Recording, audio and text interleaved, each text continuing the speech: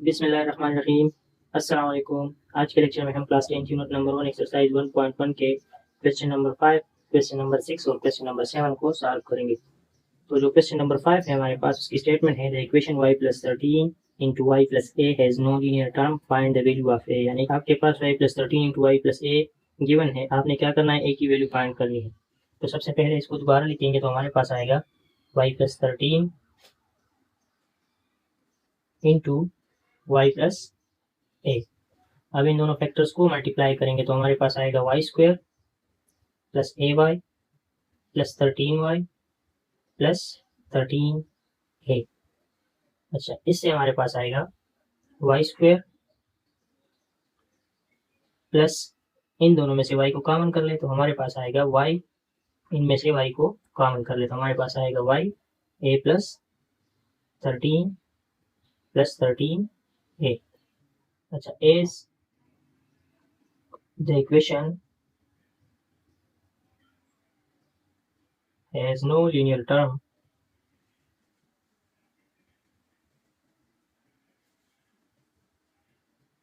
So we have. अच्छा, अब हमें ये बताया जा रहा है कि इक्वेशन में लीनियर टर्म नहीं है। तो लीनियर टर्म किसे कहते हैं? एक ऐसा टर्म जिसमें वेरिएबल की पावर 1 के बराबर हो। अगर हम यहाँ पे देखें तो यहाँ वेरिएबल की पावर 2 के बराबर है।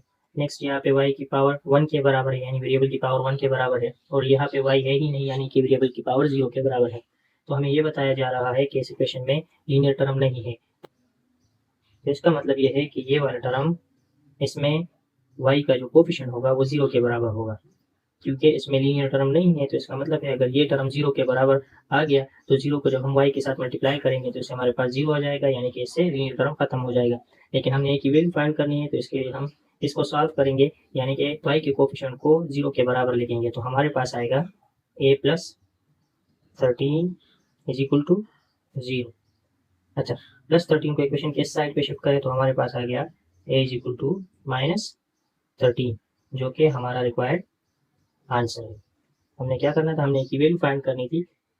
तो a = -13 हमारे पास a की वैल्यू आ गई। अच्छा, नेक्स्ट हम क्वेश्चन नंबर 6 को सॉल्व करेंगे, जिसकी स्टेटमेंट है the equation ax² + 5x = 3 has x = 1 as the solution, what is the other solution. यानी कि ये जो हमारे पास इक्वेशन दिया गया है इसका एक सॉल्यूशन 1 के बराबर है। हमने क्या करना है, हमने दूसरा सॉल्यूशन फाइंड करना है। तो चलिए इसको सॉल्व करते हैं। सबसे पहले इस इक्वेशन को दोबारा लिखें तो हमारे पास आएगा ax² + 5x = 3 as x = 1 is the solution, यानी कि x = 1 हमारे पास सोल्यूशन है। सो यानी कि x = 1 हमारे पास इसका एक सोल्यूशन है। तो हम क्या करेंगे, इसमें x की जगह पर 1 को पुट करेंगे तो इससे हमारे पास आएगा a × 1² + 5 × 1 = 3, यानी कि इस इक्वेशन में जहाँ जहाँ पर x लिखा है उसकी जगह हमने 1 की वैल्यू पुट करनी है। तो इससे हमारे पास आएगा a + 5 = 3, +5 को इक्वेशन के साइड पे शिफ्ट करें तो हमारे पास आएगा a = 3 - 5, जिससे हमारे पास आ जाएगा a = -2, यानी कि a की वैल्यू हमारे पास 2 के बराबर आ गई। अब अच्छा, हमें क्या करना है, ये हमारे पास इक्वेशन नंबर 1 है। a की इस वैल्यू को इक्वेशन नंबर 1 में पुट करना है, पुट इन इक्वेशन नंबर 1। तो इससे हमारे पास आएगा a की जगह हम क्या लिखेंगे, 1 इम्प्लाइज दैट 1 से हमारे पास आएगा a की जगह हम लिखेंगे -2x² अपनी जगह पे + 5x अपनी जगह पे = 3। 3 को इक्वेशन के साइड पे शिफ्ट करें तो हमारे पास आएगा -2x² + 5x -3 = 0। अब नेक्स्ट हमने क्या करना है, इसमें से माइनस को कॉमन करना है तो हमारे पास आएगा, इसमें से -1 को कॉमन कर ले तो हमारे पास आएगा 2x² -5x + 3 = 0। बोथ साइड को -1 से डिवाइड करेंगे तो इस साइड से -1 खत्म हो जाएगा। तो -1 / -1 2x² -5x + 3 = 0।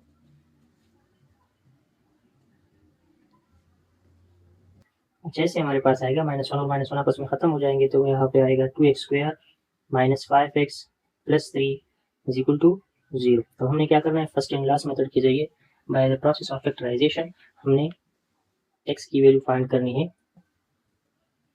इन दोनों को आपस में मल्टीप्लाई करेंगे तो इससे हमारे पास आता है, यानी इनका प्रोडक्ट हमारे पास बराबर आता है 6x² के। अब हमें ऐसे दो इनसे चाहिए जिनकी प्रोडक्ट से हमारे पास 6x² आता हो और इसके सम से हमारे पास 5x आता हो। तो ऐसे दो इनसे में से हमारे पास एक आंसर 2x है और दूसरा आंसर हमारे पास 3x है।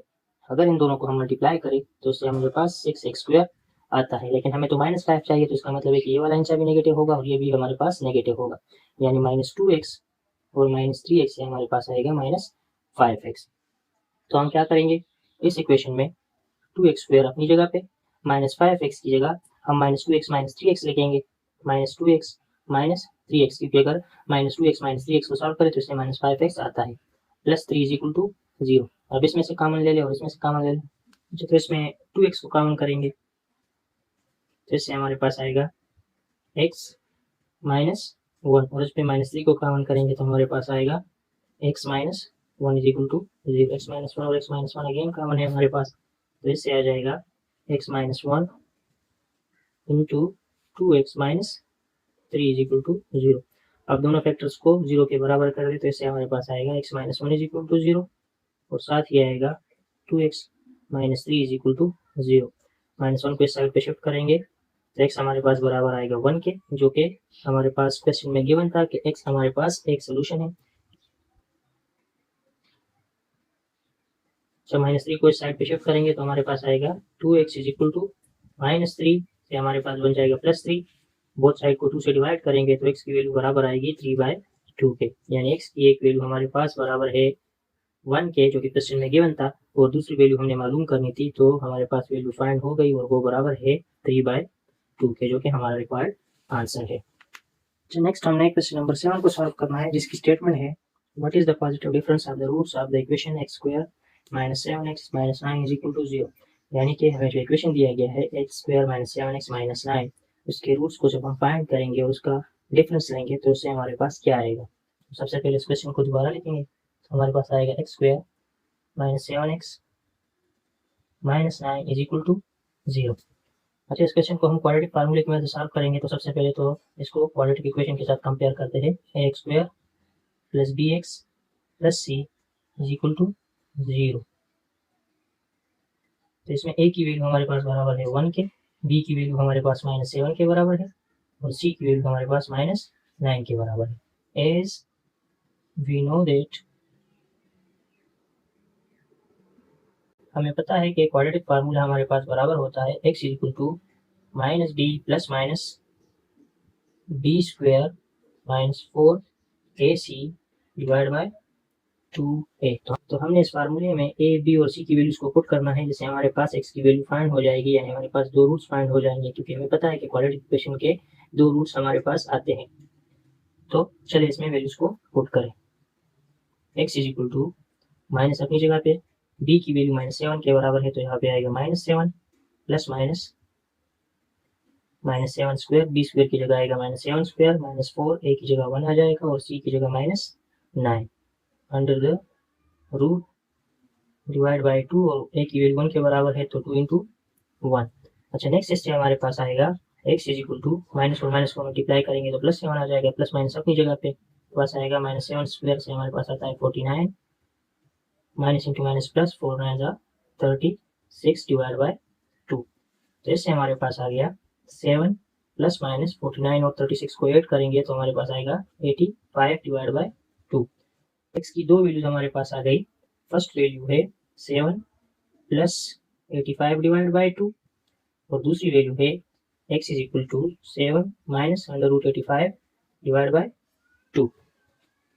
अब रूट्स हमारे पास फाइंड हो गए। अब हमने क्या करना है, इनका पॉजिटिव डिफरेंस लेना है। तो हम लिखेंगे the positive difference of the roots =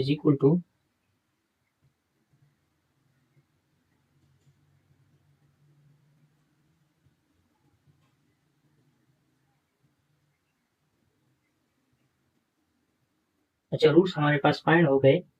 x हमारे पास बराबर है 7 प्लस √85 डिवाइड बाई 2 और 7 माइनस √85 डिवाइड बाई 2। अब हमने क्या करना है, इनका डिफरेंस लेना है। तो हमारे पास आएगा 7 plus 85 divide by 2 minus 7 minus √85 divide by 2। अब इससे हमारे पास आएगा 7 प्लस √85 डिवाइड बाई 2 माइनस और 7 मल्टीप्लाई करेंगे तो -7 माइनस इंटू माइनस से हमारे पास प्लस आ जाएगा 85 डिवाइड बाई 2।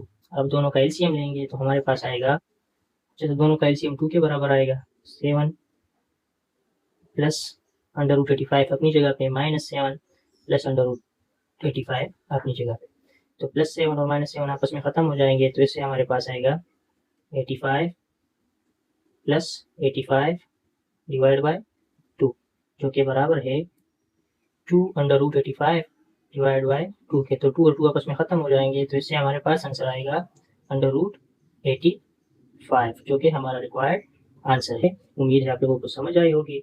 लाइक शेयर और सब्सक्राइब करना मत भूलिए। दुआओं में याद रखिए। मिलेंगे एक नए लेक्चर के साथ। अल्लाह हाफिज़।